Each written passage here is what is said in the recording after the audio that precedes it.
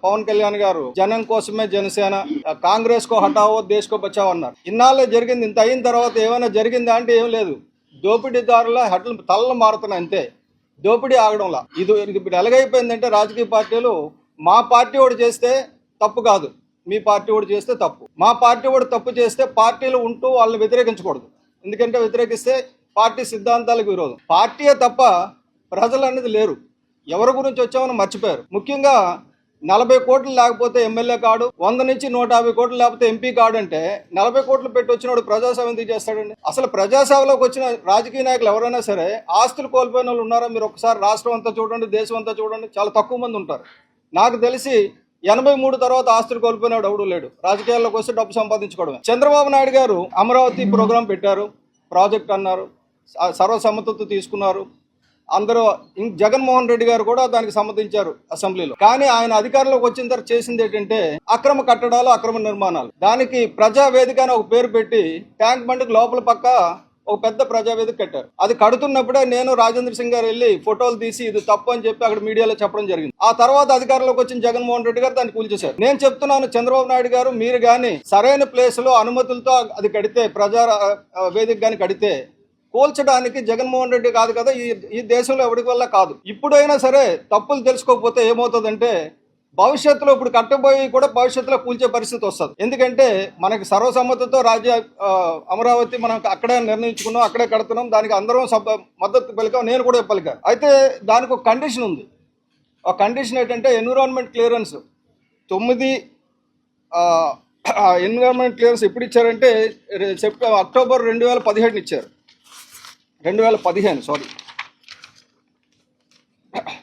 9/10/2015 పర్యావరణ అనుమతి ఇచ్చారు.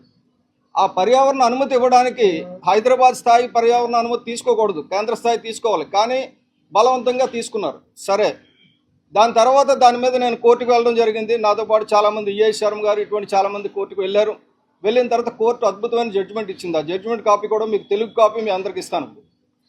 అప్పుడేంటంటే కోర్టుకు వెళ్ళారు, నిలుపుదల చేద్దాం అనుకున్నారు, మేము గెలిచేసామని చెప్పి చంద్రబాబు నాయుడు గారు చాలా గట్టిగా బాజాలు కొట్టారు. కానీ జరిగింది ఏంటంటే అక్కడ పర్యావరణ అనుమతులు ఏవైతే ఇచ్చారో వాటిని తూచా తప్పకుండా పాటిస్తూ మరికొన్ని కఠినమైన నిబంధనలు పెడుతూ ఒక 2 కమిటీలను ఏర్పాటు చేసింది కోర్టు, ఎన్జిటి. ఆ 2 కమిటీల్లో ఒక కమిటీ సూపర్వైజరీ కమిటీ. అదేంటంటే 3 నెలలకు ఒకసారి ఎలా జరుగుతుందో తీరుతెన్నులు చెప్పాలి. దానికేమో కేంద్ర పర్యావరణ శాఖ కార్యదర్శి గారు హెడ్గా ఉంటారు. తర్వాత 5 సభ్యులు ఉంటారు, మేధావులు, స్పెషలిస్టులు అందరూ. అలాగే ప్రతి నెల ఇంప్లిమెంటేషన్ కమిటీ రిపోర్ట్ ఇవ్వాలి. ఈ ఇంప్లిమెంటేషన్ కమిటీ రిపోర్టు రాష్ట్ర సెక్రటరీ ఎవరైతే పర్యావరణ శాఖ సెక్రటరీ ఉన్నారో ఆయన ఆధ్వర్యంలో జరుగుతుంది, ఒక 5 నిపుణులతో. ఈ 2 ఇప్పటి వరకు ఎప్పుడైనా చేశారా? అది జగన్మోహన్ రెడ్డి గారి టైంలో కానీ చంద్రబాబు నాయుడు గారి టైంలో కానీ. ఈ రిపోర్ట్లు ఇవ్వాల్సి వస్తే ఇప్పటికీ ఒక 35 రిపోర్ట్లు ఇవ్వాలి, సూపర్వైజరీ రిపోర్ట్లు ప్రజల ముందు ఉంచాలి. దాని కండిషన్ ఏంటంటే ఆ రిపోర్ట్లు ప్రజల ముందు ఉండాలి. అలాగే ప్రతి నెల ఇంప్లిమెంటేషన్ కమిటీ రిపోర్ట్ కూడా ప్రజల ముందు ఉండాలి. దాన్ని ప్రజలు ఆమోదించాలి. ప్రజల నుంచి ఏమైనా అభ్యంతరాలు వస్తే దాన్ని సవరించాలి మళ్ళీ. అయితే దీంట్లో పర్యావరణ శాఖ ఇచ్చిన కొన్ని ముఖ్యమైన నిబంధనలు మేము ముందుకు ఉంచుతున్నాం. ఎందుకంటే మన రాజధాని నిర్మాణం అవుతుంది. రాజధాని 217 చదరపు కిలోమీటర్ల విస్తీర్ణంలో జరుగుతుంది. అందులో 55.78% సాగు భూములు ఉన్నాయి, వ్యవసాయ భూములు ఉన్నాయి. 14.36% తోటలు ఉన్నాయి. అలాగే 13.45% నదులు, కాలువలు ఉన్నాయి. వెరసి మొత్తం 83%, 84% అత్యంత సారవంతమైన భూములు ఉన్నాయి. అటువంటి ప్రాంతాన్ని రాజధాని కింద ఎంచుకోవడం కరెక్టా తప్ప అన్నది ఇప్పుడు కరెక్ట్ కాదు. ఎందుకంటే అది ఆల్రెడీ నిర్ణయం అయిపోయింది, రాజధాని నిర్మాణం జరుగుతుంది. కాబట్టి మనం చేయాల్సింది ఏంటంటే ఆ నిర్మాణం చట్టబద్ధంగా జరుగుతుందా లేదా.